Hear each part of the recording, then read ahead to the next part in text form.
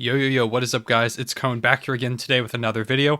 We're going to talk about Summer League again. I've been watching a lot of Summer League basketball as a fan of a rebuilding team in the Oklahoma City Thunder. I've kept up with our team very closely, watched every minute of our two games, 1-1 to this point, so the dream of winning the Summer League championship still alive as of right now, but unfortunately, of course, Josh Giddey dealing with an ankle injury, so that might hinder us a little bit. But even outside of the Thunder, I've been watching like every single team play because this is such a stacked draft class, and the league is so stacked with young talent right now that there's so many different guys to watch. So many teams are fun and interesting. Just last night, I was watching the Knicks play, and Miles McBride was going crazy. He was like 6 of 6 from 3. Jalen Green and Cade Cunningham played a couple days ago, and that was amazing to watch. I might make a video specifically about those two guys because their rivalry is super fun, and I think it's great for basketball to see two young guys really want to go at each other and try and beat each other in just a summer league game. Like, they both wanted that badly. And of course, alongside pretty much anything in the NBA is going to come overreactions. In the Summer League specifically, they suck. There are some of them are okay, but we're going to talk about them in two different lights. There are the positive overreactions and the negative ones. Me, myself, I'm trying to be pretty neutral. You might see some tweets on my timeline where I'm like, Jeremiah Robinson Earl, he was one of our second round picks, is a future Hall of Famer. I'm not serious. Who knows? Maybe someday he does become a Hall of Famer. But because of one good Summer League performance, I'm not going to make that claim. It's a joke. I'm not being serious. But there are some people who are very serious about some of their positive overreactions. I saw one Rockets fan comparing like every single player that they drafted to an all-star, saying that that's who they're going to become, which in that case, they would be one of the greatest teams of all time if they drafted 4 all-stars in the same draft. It just doesn't happen. A lot of these guys that, like even people that I might be high on, aren't going to turn out as good as they have been in the Summer League. It's just the way the NBA works. For example, Ignas Brazdeikis, if you don't know that name, then that should tell you all you need to know, dropped about 30 points for the Knicks in a Summer League game, and he killed it. And he was a good player. He had some bright moments in the NBA, but he's not really present in the league right now. I believe he's on a G League team, if I remember correctly at the moment, but he's not a name you've heard of that much, but he had a dominant performance in Summer League. So that should show you that you need to chill on your expectations a little bit because otherwise you might be greatly disappointed. I'm going to get excited about my guys, but just don't get too crazy. But I feel like for the most part, these positive overreactions are harmless. They're super fun. Like I said, I'm super excited about the guys the Thunder drafted. I think they're going to be amazing. Jeremiah Robinson Earl looks like he could be a great all-around guy at the 4 or maybe even a small ball center if we decide to start him there. Aaron Wiggins looks like a steal in the 50s in the draft. Super athletic, hitting shots, playing great defense. He's doing everything right. Trey Mann, who's had some ups and downs, has had some ridiculous finishes and has a crazy handle on the ball. And if his shot starts falling, I think he's going to be incredible. I'm super excited about these guys. I'm not saying they're going to be future Hall of Famers or All-Stars or whatever. I'm just excited about them.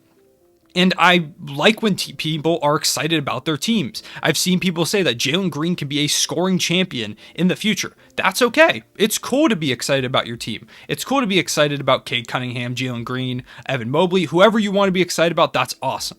And I really like that. I like on my Twitter timeline, because I go on Twitter a good bit, because that's like my main platform, I like to see what people are saying about these guys and comparing them to people who they think they can become. I like to see it. I'm an optimistic person, especially when it comes to basketball. I believe that I want to see every player succeed, and I believe that players can succeed and reach their full potential, because why would you not root for a guy to become a star and make millions of dollars that sets his family up for generations? It's cool to see. I love watching it. That's part of the reason I love watching NBA basketball, is to see these guys succeed, reach their potential, and just do amazing things. So the positive overreactions, I really don't mind them. Honestly, I kind of like seeing them on my timeline because some of them are just funny and I can be like, that's hilarious. Or I can be like, hell yeah, I'm also super excited for that guy. I see what you're saying. Then come the negative overreactions. And that's the part that bothers me. That's the main thing I probably want to talk about in this video. They kind of suck. What I mean is that, for example, I'm going to go with the Thunder because if you can't tell from all the Thunder stuff around in my room and my profile picture on YouTube, I'm a Thunder fan. And from the fact that I've mentioned it already in this video, some people are really down on the guys on the Thunder, specifically Josh Giddey. Josh Giddey played 5 minutes in his first Summer League game and then hurt his ankle.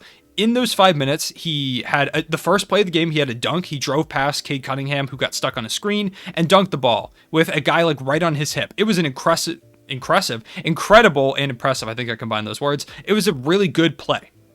And I was super excited about that. I was like, hell yeah, let's go, Josh Giddey. Do your thing. Then the next play down the floor, he hurt his ankle. After he hurt his ankle, he ended up taking another couple shots, I think, and then they took him out of the game and he never came back in. And one of those shots was a step back three that got blocked. And you could tell he was very slow on that step back three. Maybe he just needs to work on his quickness, but also because he just sprained his ankle. If you haven't seen the photo of his ankle, go look at it, because that ankle's like this big. Oh, that's behind my microphone. Like this big. It's like way too big to be an ankle. And so people were tweeting it at me like, wow, the Thunder really drafted this guy over whoever, like James Bouknight. They drafted him over this guy, that guy. Chill out. It was like his first 5 minutes of a preseason game. It's not even the regular season. It's his first 5 minutes of a summer league game, which is like the preseason for the preseason. Calm down. And people were adding me in that and like, dude, is this your rookie? I'm like, hell yeah, that's my rookie. I got his jersey. I'm excited for him. And I think he's going to be really good in the NBA because he's shown some flashes. In just those 5 minutes, he had that dunk and he had some really nice like playmaking aspects to his game. He was scanning the floor. He made a good pass. I liked what I saw in just a limited amount of time. So when people are sending me this clip, I'm like, calm down. I'm trying not to give it too much attention because I know part of the reason people are doing that is to get attention. And I've already seen people say that the Thunder screwed up this draft because the Rockets, like Alperen Şengün, is having a good summer league. And he is. He's really impressed me. And he was a guy that I've made it known I wanted in the draft. And I like his game. But people are saying that Sam Presti botched the draft because he traded Şengün for 2 draft picks after he had 2 solid summer league performances. Calm down. It's gonna be okay. And not only that, but people are already starting to turn on Tre Mann, saying that he's just not gonna be good. I saw someone say, and this was a verified reporter from The Athletic, I think it was The Athletic, which is a news source that I like a lot. I think The Athletic has a ton of good stuff, some great writers. But after 2 minutes, after the first 2-3 minutes where he was at the Summer League game and he saw Josh Giddey hurt his ankle, he still decided to tweet, yeah, I think this Thunder kid might be a bust. After 3 minutes of basketball. Chill out. And not only that, but there are guys like, for example, Scotty Barnes had a really good first game, but in the second game, he kind of slowed down a little bit, or he had a cold stretch, and I already saw people mad at the Raptors, or Raptors fans saying, how do we draft this guy over Jalen Suggs? When in the first game, Scotty Barnes was looking like a guy who could be a stud in the league. It's the Summer League. Calm down. Don't get too negative on your guys. You're going to turn against your guy before he even plays a regular season game. And the problem with that is it starts to lead to people wanting a guy to fail. This is something I tweeted out. I've never seen more people on Twitter, or I've definitely seen people on Twitter wishing for people to fail more, but like half Twitter wants Josh Giddey to fail because of the few minutes they saw of him in the Summer League and because before the draft they thought he was going to be a bust. So because of that, they're wanting him to fail. So every time he makes a mistake, people are tweeting like, oh, look at this guy. Oh, he screwed up. Why? It just doesn't make sense to me. It's not something I can comprehend. The positive overreactions are fun and exciting. It's fun to see teams and fans get excited about their players. I get it. I'm also overreacting on Twitter. I seriously think Jeremiah Robinson Earl is going to be a stud. And hopefully he is, but there's always a possibility that he doesn't end up being one despite having 2 really good summer league performances. That's just the way basketball works. But I'm not going to go on here and go, Tre Mann missed a shot, because Tre Mann missed a layup yesterday, and people are like, Tre Mann, whatever. I'm not going to go on Twitter and say Tre Mann just missed that layup. Presti screwed up the draft. He should have drafted so-and-so over him. After one summer league game, come on. Be better.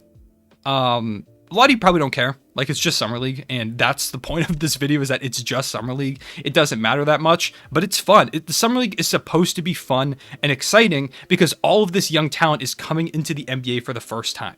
I have gotten super excited for this NBA season because I'm seeing these young players come into the league and make strides. They're showing why they were drafted in these positions. Some guys are going to struggle. Trae Young, if you don't remember, was bad.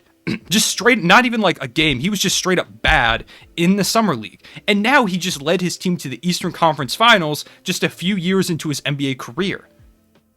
Because Summer League doesn't matter. It just doesn't. It's fun. I'm going to talk about it because I like watching the basketball and because I do think there are some things you can see from Summer League, like, for example, Jalen Green. You can see that he is an elite shot creator just by watching Summer League. I don't know if he's going to be a scoring champion someday, like some people are saying. That's something I definitely could see because he's super talented. But immediately off the bat, you can tell he is an elite shot creator. That's something you can tell. You can tell that Cade Cunningham is super poised, that he's going to be a really good player. What you can't tell is that Jalen Green should have been the number 1 overall pick over Cade Cunningham, because that's a take I've seen a lot after a couple days of Summer League games. You can't tell that. You just can't. You can make that claim all you want, but don't backtrack when it turns out that Cade Cunningham is better, or even if Jalen Green is better, you didn't know after one Summer League game. You just don't. You can't tell. So, what is all this video to say? The Summer League's super fun. Just don't take it too seriously. That's just the main thing. If you're one of those people that is like freaking out, especially if you're a Thunder fan, if you're freaking out about how your team's draft went, or that one of your favorite rookies, or that a young player you like isn't performing, don't worry. This is just the first couple reps of their NBA career. I'm sure things are going to go up from here. Don't take it too seriously. I appreciate y'all watching. Let me know what other types of videos you want to see. It's the off season, so there's not a lot to talk about outside of like the Summer League, or if any off season moves happen. I kind of want to drop a bigger video coming up soon in terms of just more time spending on it.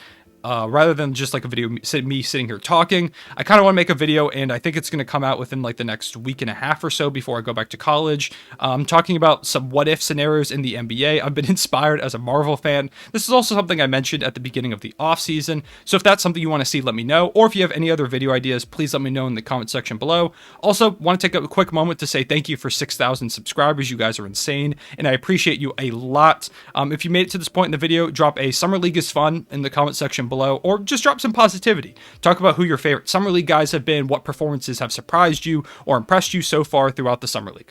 I appreciate you watching, and I'll see you guys later.